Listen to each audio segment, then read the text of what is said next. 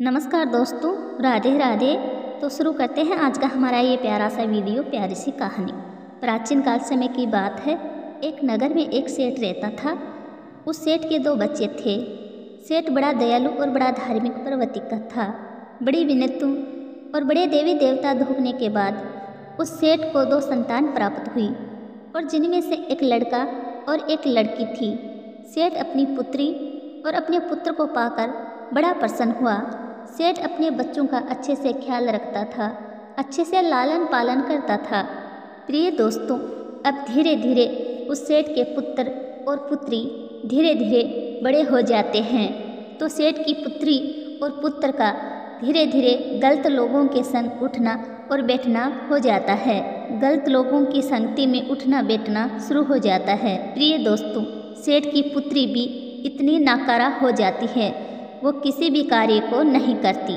और सेठ का पुत्र भी इतना नाकारा हो जाता है जो घर में कोई भी कार्य नहीं करता और कभी भी अपनी माता और पिता की कोई बात को नहीं सुनता था। ऐसे कहते हैं प्रिय दोस्तों कि संगति का असर बहुत खतरनाक होता है।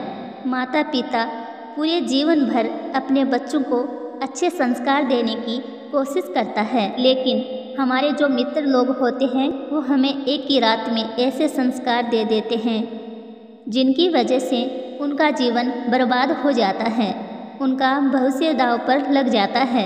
उस सेठ के पुत्र और पुत्री का ऐसे लोगों के साथ उठना बैठना हो जाता है जो गलत संगति के थे। उस सेठ के लड़के के ऐसे मित्र थे जो कभी कोई काम नहीं करते थे, दिन भर आवारागर्दी करते थे, बुजुर्गों को सताना, साधु संतों को सताना, इसी तरह का कार्य वो लोग करते थे। वो सेठ का लड़का ऐसे लोगों की संगति में था। अब वो सेठ का लड़का धीरे धीरे उन लोगों की संगति में रहकर वही काम करने लग गया जो उनके मित्र किया करते थे। कभी किसी मंदिर से चोरी करना, कभी अपने मोहल्ले की लड़कियों को छेड़ना, इस तरह का कार्य वो सेठ का लड़का करने लग गया था। ये बात पूरे नगर में, पूरे मोहल्ले में हो जाती है कि फला सेठ का लड़का इतना बदमाश हो चुका है। उधर वो सेठ की लड़की ऐसी लड़कियों की संगत में बैठती थी तो वेश्यावृत्ति का कार्य किया करती थी। सेठ की लड़की का भी ऐसे लड़कियों के साथ उठना बैठना था तो चरित्रहीन थी, वो वेश्यावृत्ति का काम किया करती थी। सेठ की लड़की धीरे धीरे उन्हीं कार्य को करने लगी जिनके साथ वो उठती बैठती थी। सेठ की पुत्री और सेठ का पुत्र की बात दूर दूर तक पहुंच चुकी थी, दूर दूर तक फैल चुकी थी। सेठ बड़ा मजबूर था। सेठ अपनी पुत्री को भी खूब समझाता और अपने पुत्र को भी खूब समझाता था, लेकिन दोनों ही सेठ की बात को कभी नहीं सुनते थे। सेठ अपनी पुत्री और पुत्र की शादी करने की काफ़ी कोशिश करता है, लेकिन वो नाकाम रहता है क्योंकि सेठ की पुत्री और पुत्र की बातें चारों तरफ आग की तरह फैल चुकी थी। कोई भी उनके साथ रिश्ता जोड़ने के लिए तैयार नहीं था। अब वो सेठ बड़ा दुखी रहता है, हर समय चिंता में डूबा रहता है। वो यही सोचता है कि मेरी पुत्री और पुत्र का क्या हो, इनका भविष्य कैसे होगा। यही सोच सोच कर सेठ बड़ा दुखी रहता है। अपनी पुत्री और पुत्र की चिंता से सेठ अंदर ही अंदर जलकर खोखला हो जाता है। अब धीरे धीरे उन सेठ के हालात खराब होते जाते हैं। धीरे धीरे वो बीमार होने लगता है। पुत्र और पुत्री की चिंता से बीमार हो जाते हैं तो धीरे धीरे सेठ सूख करके कांटा हो जाता है। एक दिन ऐसा आता है कि सेठ की मृत्यु हो जाती है। सेठ इस दुनिया को छोड़कर चला जाता है। तो पीछे सेठ का पुत्र और सेठ की पुत्री रहती है। अब जैसे ही वो सेठ खत्म होता है उसके बाद अपने पिता की संपूर्ण जमा पूंजी पर अपना अधिकार जमा लेता है और सेठ की पुत्री भी अपना भाई का सहयोग करती है। दोनों बहन भाई अपने पिता की संपूर्ण जमा पूंजी पर अपना अधिकार जमा लेते हैं। दोनों बहन भाई दिन भर घर पर रहते, कोई कार्य नहीं करते, कुछ भी काम धंधा नहीं करते। रात दिन दोनों बहन भाई एक ही घर में रहते कि माता पहले ही खत्म हो चुकी थी, पिता अब खत्म हो चुका था। घर में दोनों बहन भाई रहते हैं। प्रिय दोस्तों, जब दोनों बहन भाई एक ही घर में रहते हैं, एक ही पलंग पर सोते हैं तो धीरे धीरे दोनों में गलत संबंध बनने लगे। इसी तरह दोनों बहन भाइयों का जीवन व्यतीत होने लगा। नगर वाले, मोहल्ले वाले, कोई भी उनके घर आता जाता नहीं था। सभी लोग उन लोगों से नफरत किया करते थे। प्रिय दोस्तों, अब धीरे धीरे जमा पूंजी पिता की खत्म हो जाती है। पिता की जमा पूंजी खत्म होने के बाद सेठ की पुत्री अपने भाई से कहती है कि भाई, अब आप मेरे भाई भी हैं और मेरे पति भी हैं। अब आपका ये कर्तव्य बनता है, आप मेरा पेट भरे और होने वाले बच्चों का भी पेट भरे।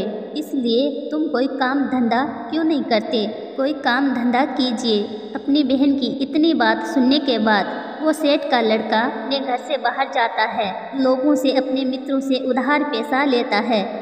उधार पैसा लेकर अपनी बहन को ला करके देता है। 1-2 दिन वो पैसा चलता और फिर से ख़त्म हो जाता। फिर से उनकी बहन कहती कि तुम कोई काम धंधा क्यों नहीं करते? अब वो जिसे भी पैसे लेने के लिए जाता उसकी नकल करके उसे दिखाता, तब वो प्रसन्न होता और उसको उधार पैसा देता।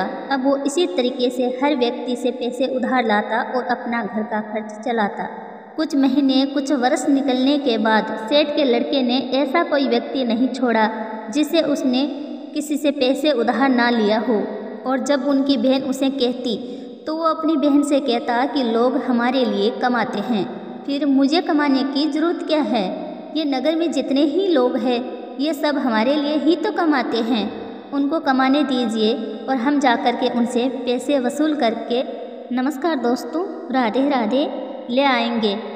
और जब उस सेठ के लड़के के पास कोई भी व्यक्ति पैसे वापस लेने के लिए आते, वो सेठ का लड़का उनको पैसा नहीं देता और उनकी नकल करके, उनकी आवाज़ निकाल कर उनको दिखाता और उनको प्रसन्न करके वापस भेज देता। प्रिय दोस्तों, अब कुछ समय निकलने के बाद सेठ के पुत्र और पुत्री के एक पुत्र और पुत्री हो जाते हैं। उन्होंने अपनी पुत्र और पुत्री को भी इसी काम में लगा दिया। वो भी एक दूसरे की नकल करने लगे। अब उन लोगों ने इस नकल करने की कला को अपना बिजनेस समझ लिया। वो एक दूसरे की नकल करते और उनसे पैसा उधार लाया करते और उनसे अपना घर का खर्च चलाया करते थे। इसी तरीके से उनका जीवन व्यतीत होने लगा।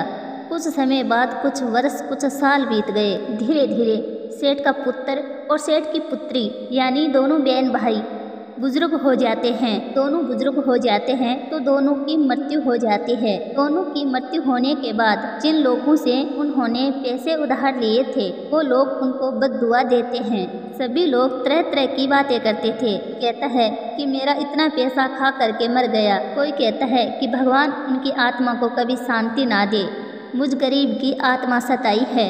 कोई कहता है ये व्यक्ति बेकार नीत वाला है, इसलिए उनकी आत्मा को कभी शांति नहीं मिलना चाहिए।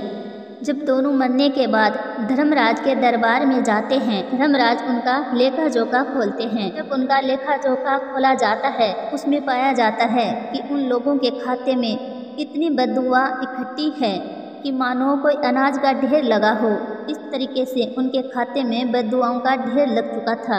जब धर्मराज उन दोनों भाई बहनों से कहता है तुम लोगों को अब नरक में डाला जाएगा और तुम्हारी सजा अब नरक में पूरी होगी, तब वो दोनों भाई बहन धर्मराज से कहते हैं कि प्रभु हमें नरक में ना डाले, हम लोगों के पास एक ऐसी विचित्र कला है, ले आएंगे।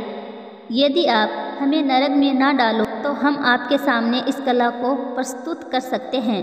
प्रिय दोस्तों, जब धर्मराज कला का नाम सुनता है, धर्मराज बड़ा उत्सुक होता है और दोनों भाई बहन से कहता है क्या कला है तुम्हारे पास, हमें बताइए। प्रिय दोस्तों, तब दोनों भाई बहन कहते हैं कि प्रभु पहले आप हमें ये वचन दीजिए कि आप हमें नरक में नहीं डालोगे। बड़ी चतुराई से दोनों बहन भाई धर्मराज से वचन लेते हैं। तब धर्मराज उनको वचन देता है कि ठीक है, हम तुम्हें नरक में नहीं डालेंगे, तुम्हारी क्या कला है जो हमको बताइए।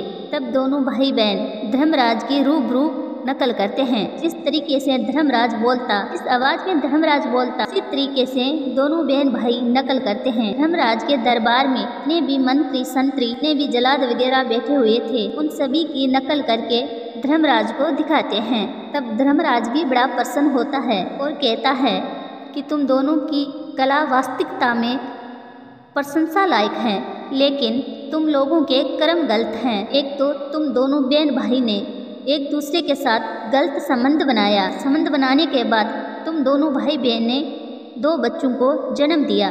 तुम लोगों ने किसी भी व्यक्ति को नहीं छोड़ा। अपने नगर के सभी व्यक्तियों से पैसे उधार लिए हैं, किसी को भी वापस नहीं लौटाया। तुमने किसी साधु सन्यासी को भी नहीं छोड़ा, उनसे भी तुमने पैसे लूटे हैं।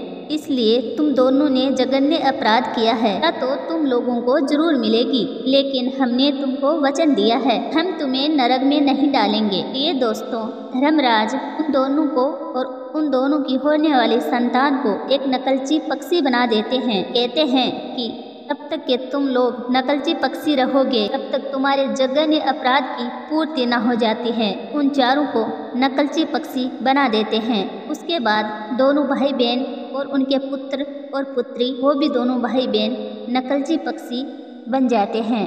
नकलची पक्षी बनने के बाद वह हर किसी की नकल करते हैं। ये दोस्तों, ये पक्षी आज भी नकल करता है। ये नकल करता है और नाचता है। ये जब भी किसी की नकल करता है, अपनी पूंछ को ऊंची उठा करके नाचता है और नकल करता है। ये पक्षी किसी की भी नकल करने में बड़ा माहिर होता है। तो दोस्तों, ये थी आज की हमारी कहानी। कैसी लगी? अच्छी लगे तो चैनल को सब्सक्राइब करें, वीडियो को लाइक करें और अपने दोस्तों के साथ शेयर ज़रूर करें। कहानी को अंत तक सुनने के लिए धन्यवाद दोस्तों। फिर मिलेंगे एक नई स्टोरी के साथ। राधे राधे दोस्तों। तो हम आपके सामने इस कला